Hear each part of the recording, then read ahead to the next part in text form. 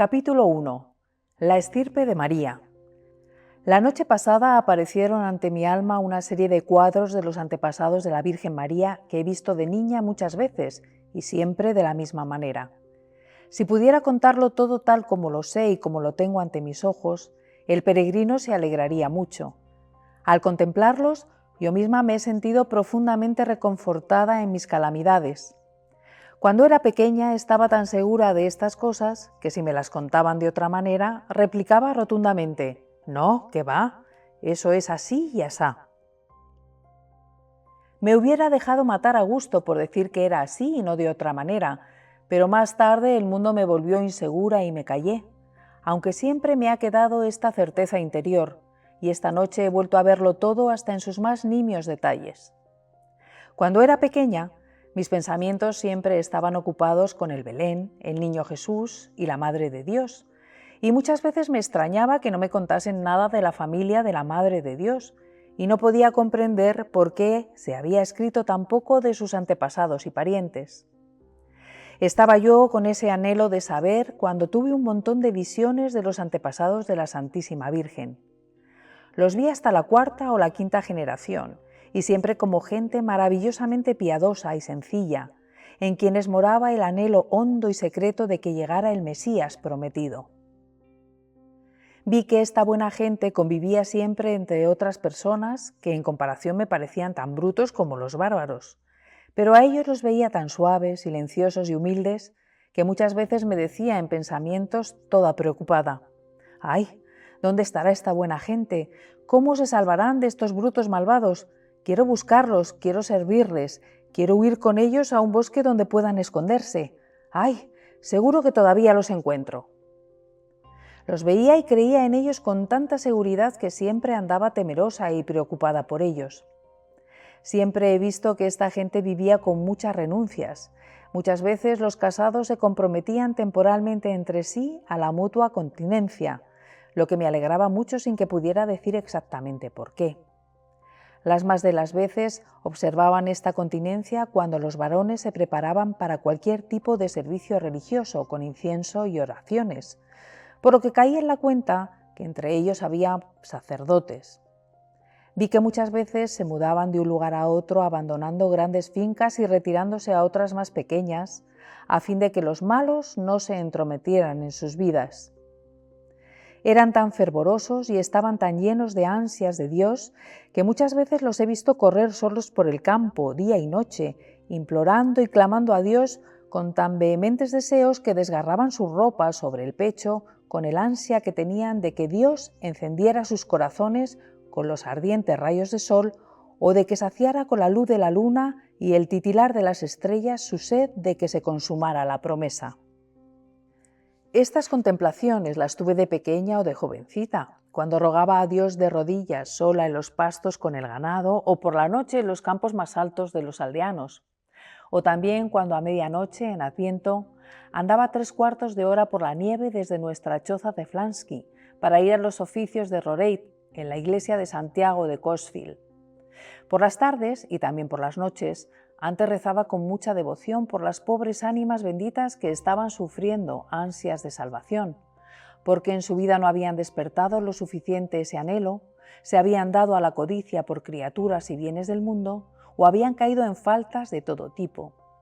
Ofrecía por ellas mi anhelo al Dios mi Salvador como si quisiera pagar sus deudas, pero también sacaba algo de provecho porque sabía que ellas, por gratitud y por su constante deseo de ayuda en oraciones, me despertarían a tiempo para que no me quedase dormida. Se acercaban flotando a mi cama como tenues y silenciosas lucecillas y me despertaban en el minuto justo para que pudiera ofrecer por ellas mi oración matinal. Luego me rociaba yo y las rociaba a ellas con agua bendita, me vestía, me ponía en camino y veía que las pobres lucecillas me acompañaban tan ordenadas como una procesión. Entonces me ponía a cantar de todo corazón por el camino. Cielos, dejad caer el rocío sobre los justos, nubes, lloverle encima. Y a ratos veía a los antepasados de la Santísima Virgen correr llenos de gran ansia y clamar por el Mesías en el desierto y en los campos.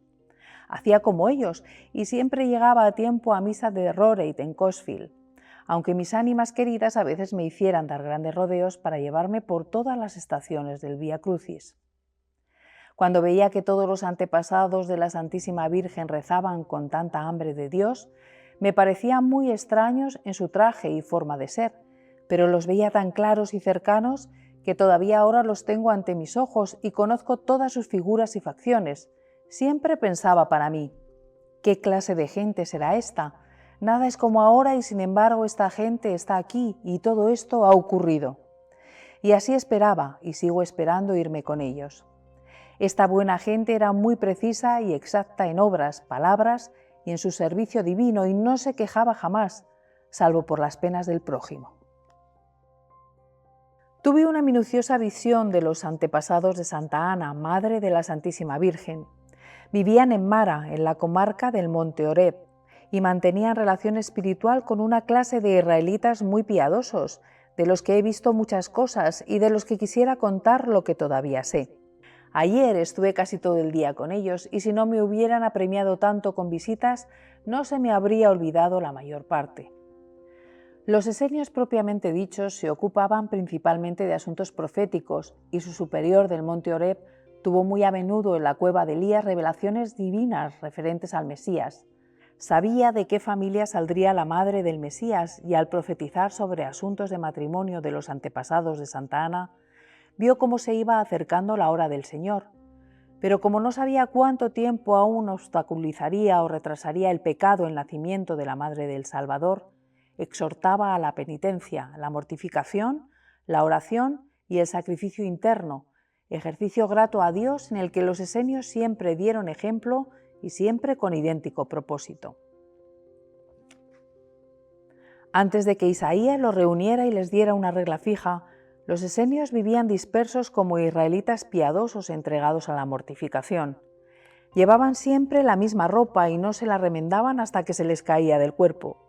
Combatían sobre todo la inmoralidad y a menudo vivían de mutuo acuerdo largas temporadas de castidad en cabañas muy separadas de sus esposas.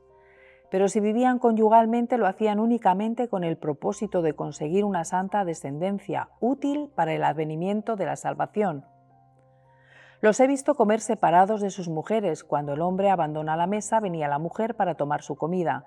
En aquellos tiempos ya había entre los esenios casados antepasados de Santa Ana y de otros santos.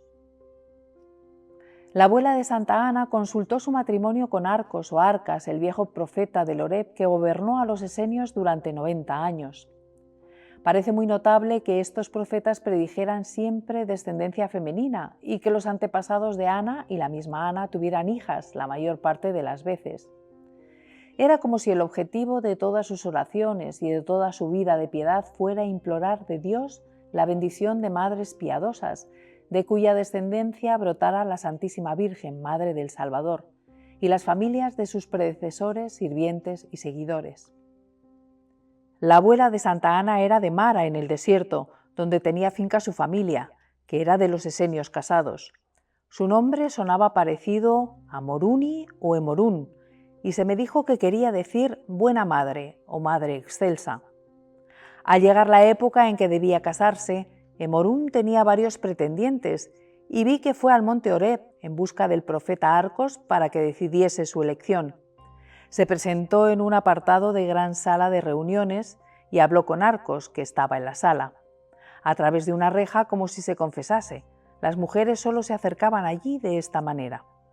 A continuación vi que Arcos se vistió de gran ceremonia y subió los numerosos escalones hasta la cumbre del Oreb, bajó los escalones de la angosta entrada y penetró en la cueva de Elías. Cerró a sus espaldas la puertecita de la cueva y abrió un agujero en la bóveda por donde entró la luz. La cueva, limpiamente trabajada, estaba en penumbra. Vi un altarcito tallado en la roca de la pared y encima de él, aunque no muy claramente, distinguí varios objetos sagrados. Sobre el altar había tiestos con plantas crecederas pero bajas, de esas que llegan a la altura a la que queda del suelo el borde de la túnica de Jesús. Conozco esa hierba, que también se da aquí entre nosotros, aunque más débil. Según se mustiara o reverdeciera, le indicaba a Arcos cierto conocimiento profético. Entre las matas vi algo parecido a un arbolito, un poco más alto, cuyas hojas me parecieron amarillentas y retorcidas como caracolillos. En el arbolito vi aparecer como figuritas que no sabría decir con seguridad si era un arbolito vivo o una cosa artificial como una raíz de jesé. Había también en el altar otros arbustos pequeños entiestos que si reverdecían o se agostaban tenían un significado. En este arbolito de hojas retorcidas podía verse como en un árbol genealógico o raíz de jesé lo que había progresado el advenimiento de la Santísima Virgen. Me parecía que el arbolito estaba vivo y que era a la vez una vaina, pues creo que vi en él una rama florida que encerraba el bastón de Aarón que antes estuvo en el Arca de la Alianza. Cada vez que Arcos rezaba en la cueva de Elías pidiendo una revelación sobre un matrimonio de antepasados de la Santísima Virgen, tomaba en su mano el bastón de Aarón. Si el matrimonio contribuiría al linaje de la Santísima Virgen, el bastón de Aarón echaba un brote del que a su vez brotaban una o más flores, algunas señaladas con el signo de la elección. Algunos brotes concretos significaban ya ciertos antepasados de Ana, y cuando estos llegaban a casarse, Arcos observaba los brotes correspondientes y predecía su ulterior desarrollo. En la cueva de Elías, los esenios tenían además otro objeto sagrado que era precisamente parte del propio misterio santísimo del Arca de la Alianza, que había llegado a su poder una vez que el arca cayó en manos enemigas. Esta reliquia, que en el Arca de la Alianza estaba cubierta por el terror de Dios, solamente la conocían algunos profetas y los más santos de los sumos sacerdotes. Sin embargo, me parece que supe que algo de esto se menciona en estos libros secretos y poco conocidos que meditan los viejos judíos. Este misterio no era obra de manos humanas, era el misterio santísimo de la divina bendición para que llegara la Virgen Santísima llena de gracia, que al cubrirla con su sombra el Espíritu Santo, el Verbo tomaría carne y Dios se haría hombre. En la nueva arca de la alianza del templo construido por Herodes, el misterio ya no estaba completo, pues los esenios conservaban aquí parte de este objeto sagrado que antes del cautiverio de Babilonia había estado entero en el arca de la alianza, en un cáliz marrón brillante que parecía hecho de piedra preciosa. Profetizaban por él y a veces parecía que le brotaban florecillas. Cuando Arcos entró en la cueva de Elías, cerró la puerta, se arrodilló y rezó. Miró arriba a la lumbrera del techo, se postró con el rostro en el suelo y vi que tuvo un conocimiento profético, como si debajo del corazón de Morún, la joven que le había preguntado, creciera un rosal de 3 ramas con una rosa en cada una. La rosa de la segunda rama estaba marcada con una letra, creo que una M. Arcos vio todavía más. Un ángel escribió letras en la pared y vi que Arcos se levantó como si se despertara y las leyó. He olvidado los detalles. Entonces bajó de la cueva y anunció a la joven que le consultaba que se casara y que lo hiciera precisamente con el 6º pretendiente. Daría a luz una criatura elegida y marcada con una señal, que sería vaso de la salvación que se acercaba. Tras ello, Emorún se casó con su 6º pretendiente, un esenio llamado Estolano. No era de la región de Mara, y a causa de su matrimonio y de las fincas de su mujer, recibió un nuevo nombre que no puedo reproducir con seguridad y que se pronunciaba de distintas formas y sonaba algo así como Garesha, Sartisirius o algo parecido. Estolano y Emorún tuvieron 3 hijas de las que recuerdo sus nombres, Ismeria, Emerencia y la última me parece que se llamaba Enué. No siguieron en Mara mucho más tiempo, sino que se fueron a vivir a Efrón. Ismeria y Emerencia también se casaron según las predicciones del profeta del Horeb. No logro entender por qué he oído tantas veces que la madre de Santa Ana había sido Emerencia, pues siempre he visto que fue Ismeria. En el nombre de Dios contaré lo que todavía tengo presente de estas hijas de Estolano y Emorún. Emerencia se casó con Afrás u Ofrás, levita, y de ese matrimonio procede Isabel, la madre de Juan el Bautista.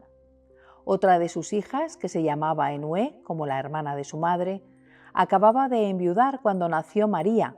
Su tercera hija era Roda, una de cuyas hijas fue aquella Mara que vi en el tránsito de la Santísima Virgen. Ismeria se casó con Eliud y vivieron en la comarca de Nazaret a la manera de los esenios casados. De sus padres le venía la continencia y el noble comportamiento matrimonial, y de esta pareja nació Ana, entre otras. Enué, la tercera hija de Estolano, estaba casada y vivía entre Belén y Jericó. Uno de sus descendientes estuvo con Jesús.